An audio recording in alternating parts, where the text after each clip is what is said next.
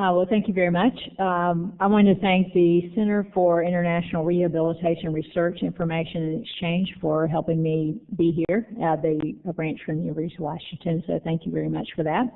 I am not seeing anything on my screen here, so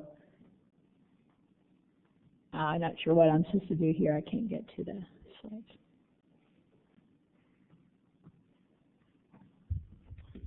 I don't know if someone can close this or I don't see anything either. Yeah, I think maybe it was closed. Pause the recording, please. In Vietnam that have the training, so we didn't get immediate feedback yet from anyone in Vietnam that maybe didn't think this was a good idea. We've received good feedback so far from professionals here in the U.S., however. We didn't get immediate feedback yet from anyone in Vietnam that maybe didn't think this was a good idea. We've received good feedback so far from professionals here in the U.S., however. Okay, fantastic. I think we're good to go. Okay. I am with Medical Teams International. That's the NGO with whom I work, and so I'd like to thank them also for their help in getting me here. So to just describe the location of the study, we are located in Cayes, Haiti, which is about 100 miles outside of Port-au-Prince. Here's Port-au-Prince here, and then we're out in the south. It takes about 5 hours to get there. I started this program in 2001 while on sabbatical leave from the University of Tennessee, Chattanooga, where I taught for 18 years before moving permanently to Haiti in 2010. I've been there for 3.5 years. And so we have a community engagement program working with disabled people's organizations. We have training programs, microfinance program through another organization, and adaptive sports program. And then we also have an outpatient rehabilitation clinic with physical and occupational therapy, as well as prosthetics and orthotics. And we've had that for since 2001. Haiti is a gorgeous country. If you didn't know where you were, you would look out at the ocean and say, wow, I'd like to stay here a long time. And then you turn around and see the lack of infrastructure behind you to help support the potential tourism and other industry that could be there. But they have beautiful people, and so it's really a privilege for me to work there. But they also have a high frequency of political unrest episodes as well as national disasters. The most recent one being, we were affected by Hurricane Sandy, but particularly the earthquake of 2010. And so that's what I want to focus on, and that's what the study focuses on, is volunteerism following a major disaster. So we're using Haiti as an example, but I think there are a lot of applications that can apply to many countries. If you look at the earthquake in Haiti in 2010, there were other earthquakes of similar magnitude around that time. But the deaths and injuries in Haiti was much, much greater, considering the number of people affected. This slide I find very interesting, that 1 in 15 people in Haiti died during this earthquake, whereas earthquake of similar magnitude in China, 1 in about 600 died. And why did that happen? And part of it has to do with the infrastructure that was lacking within the country. The cost, we don't know yet how much the earthquake in Haiti costs. It's hard to get data within the country, as it is in many developing countries, but it's a huge part of their GDP. So Haiti's been called the Republic of NGOs, along with India. It's second only to India in the number of NGOs in the country. There's no published data on Haiti on exactly how many NGOs are there, but I've read between 350 and 20,000. In India, there's 1 NGO for every 400 people. And in Haiti, we don't know, but it's really up there. And one of the questions of debate is how much of the government's national budget is how much does the NGO budget actually compare to the government's budget? How does it compare? And before the earthquake, aid in Haiti was around 130% of the total government revenue. After the earthquake, it increased by a factor of 4. So it's really significant what NGOs have done. They provide 70% of health care, 85% of national education, and also provide a level of security or a sense of security for those who want to donate to help in the country. They're more accountable than the government is, though you can argue that point given after particularly the earthquake, that many funds that were given to NGOs were not accounted for properly, and there have been several lawsuits about that. But in general, if we're just talking about general, NGOs sometimes provide more stable flow of funds, and also they are more accountable than the government. And there's needed expertise that can be brought into a country through NGOs, and there's a brain drain, as we all know, in developing countries where individuals tend to leave once they become trained. And it's also a stable flow of funding into the program for money. But there's also a catch-22 in this. You have NGOs providing the majority of the health care, but then once they decide to leave, then you don't have the provision of health care. And so do you support the government or not? And it's kind of a catch-22. You're damned if you do and damned if you don't. So it's really it's a hard question to answer, is how much should NGOs be providing. The aid to Haiti immediately post-earthquake, the government got about 1% of that aid. The rest of it went to NGOs, private contractors, and organizations like the UN. For the longer-term recovery, about 20-some% has gone to the government, 23 or so percent, and the rest is still being channeled through NGOs.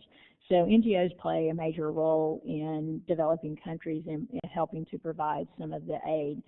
This is just a picture here of Handicap International and their work that they've provided. They were recipient of a very large USAID grant to help make rehab happen in Haiti after the earthquake. And these are some other hospitals, and this is a hospital where I work doing therapy. So the NGOs do play a big role. So the objective of the study that I did was to investigate the number and impact of volunteers to this established clinic that's been in Haiti and operational since 2001, to look at what was the impact of volunteers following a major natural disaster. And key considerations are that there are no PT, OT, or prosthetic and orthotic training programs that are national in Haiti. Through a grant, the University of Don Bosco, El Salvador, has started a Category 2 training program in Port-au-Prince, and then that grant was funded through USAID and distributed through Handicap International. And there are also some rehab tech training programs. There have been tech training programs in Haiti for a long time, but Handicap International has a training program, and several other organizations have rehab tech training programs. These tech training programs include PT, OT, and then community-based rehab as a component of the training. So as part of this study, the participants in the study were volunteer PTs, OTs, certified prosthetists, certified orthotists, and then the combo certified prosthetist orthotists who came as volunteers after the earthquake to our clinic. And then as part of the qualitative part of the study, we have our staff, physical therapists. We have occupational therapists now. We have 2 certified prosthetist orthotists.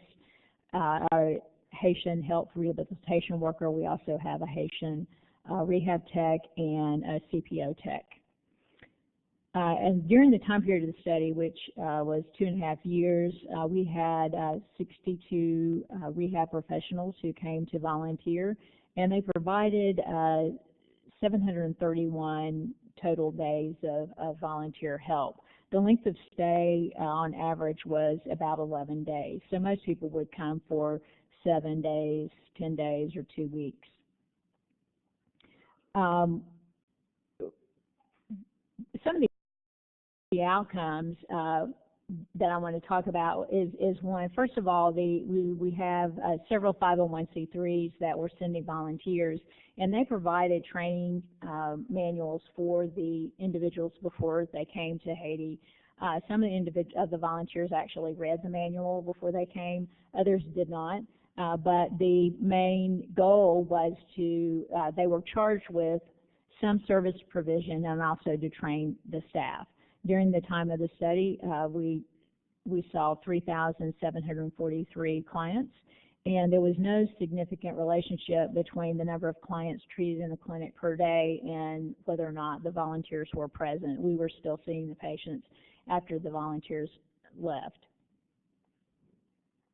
Qualitative aspect of the study was we had 3 focus group meetings at least 6 months apart with our core staff, and we just asked general questions like what was the impact of volunteers on the quality of care that we were able to provide here? Should we continue to have volunteers or not?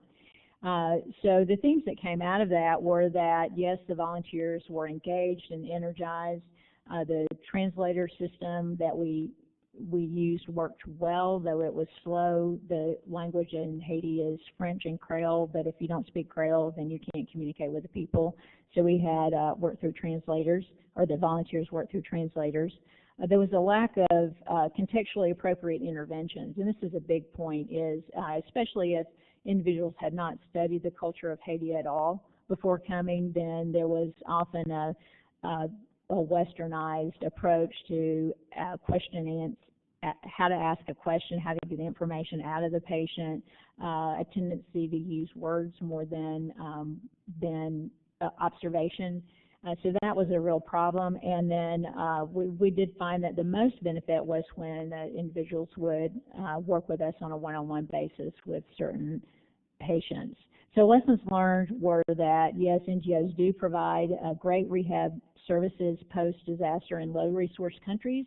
And these NGOs, it's important that they do that, but the NGOs that remain in a country after disaster and are moving into the recovery period may need a different type of volunteer, ones that come in and don't actually do, but train. And so that's how we are focusing our volunteer request now, is we're asking you to come and volunteer as trainers but not as doers, because unless you know the context, then you cannot be as effective doer. So that's where we are headed. This is just a picture of the clinic. We're in downtown Cayes, Haiti, and some of our affected persons that we help. So we have from young people to older people with various conditions. See, about 40% of our patient load are patients with stroke. So we're starting a stroke prevention program and stroke management program. So again, lessons learned are if you're going to volunteer somewhere, then learn about the country before you go. So better pre-trip planning is necessary, and then really focus on teaching. I think it's really a shame when people come away from a country and say, wow, I really feel like I got more out of this experience than I gave. I understand where people are coming from when they say that, but I think it's a shame to not give a lot when you go, and perhaps the best way to give is to train. So there will be more disasters around the world. This is just a picture in Haiti, but there will be more disasters around the world. And as you go to volunteer your time and energy, then focus on training. And that's the point of this discussion. Thank you.